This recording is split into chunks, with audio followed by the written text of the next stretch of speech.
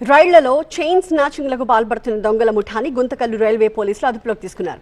నిందితుల దగ్గర 54 లక్షల రూపాయల విలువ చేసే బంగారంతో పాటు 24 కేజీల గంజాయిని స్వాధీనం చేసుకున్నారు. ముగ్గురు నిందితులపై ఆంధ్ర, కర్ణాటక, తమిళనాడు, తెలంగాణలో 25 చైన్ స్నాచింగ్లు, 2 గంజాయి కేసులు ఉన్నట్టుగా తేలింది. పక్కా ప్లానింగ్ తో చైన్ స్నాచింగ్ చేయడం ఈ ముఠాకి వెన్నుతో పెట్టిన విద్య. రైళ్లలో నిద్రపోతున్న ప్రయాణికుల మెడల్లో నుంచి బంగారు ఆభరణాల్ని ఒకరు లాగేస్తారు. వెంటనే మరొకరు చైన్ లాగి ట్రైన్ ఆపేస్తారు. వెనువెంటనే ఇద్దరు ట్రైన్ దిగి పారిపోతారు.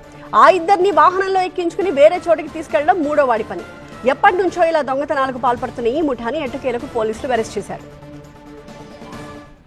ప్రయాణిస్తున్నటువంటి మహిళల మెడల్లోంచి బంగారు ఆభరణాలు దొంగిలించినటువంటి మొత్తం 25 కేసుల్ని వారి ద్వారా కన్ఫెషన్ ద్వారా తెలుసుకొని దాని మేరకు రికవరీస్ అన్ని కూడా చేయడం జరిగింది. దీంట్లో పాల్గొన్నటువంటి ఈ ముద్దాయిల పేర్లు వరుసగా A1గా కాశీనాథ్ గైక్వాడ్ కాలాబురికి కర్ణాటక రాష్ట్రానికి సంబంధించిన వారు, అలాగే A2 సిద్ధారాం, A3 లక్ష్మణ్ అనేటువంటి వారు ఈ కాలాబురికి మరియు గుల్బార్గా ఏరియాలకు సంబంధించిన వారు. 4 రాష్ట్రాలు, ఆంధ్రప్రదేశ్లో 18 కేసులు, తెలంగాణలో 1 కేసు, కర్ణాటకలో 1 కేసు, తమిళనాడులో 5 కేసుల్లో మొత్తం 15 పోలీస్ స్టేషన్ పరిధిలో 25 కేసుల్లో మహిళల మెడల్లోంచి రైళ్లలో ఏసీపీ ఉండగా చైన్ పుల్లింగ్ చేసి వాటిని లాక్కొని పారిపోయేటటువంటి సంఘటనలో వీరు ముగ్గురు కూడా ఇన్వాల్వ్ అయి ఉన్నారు.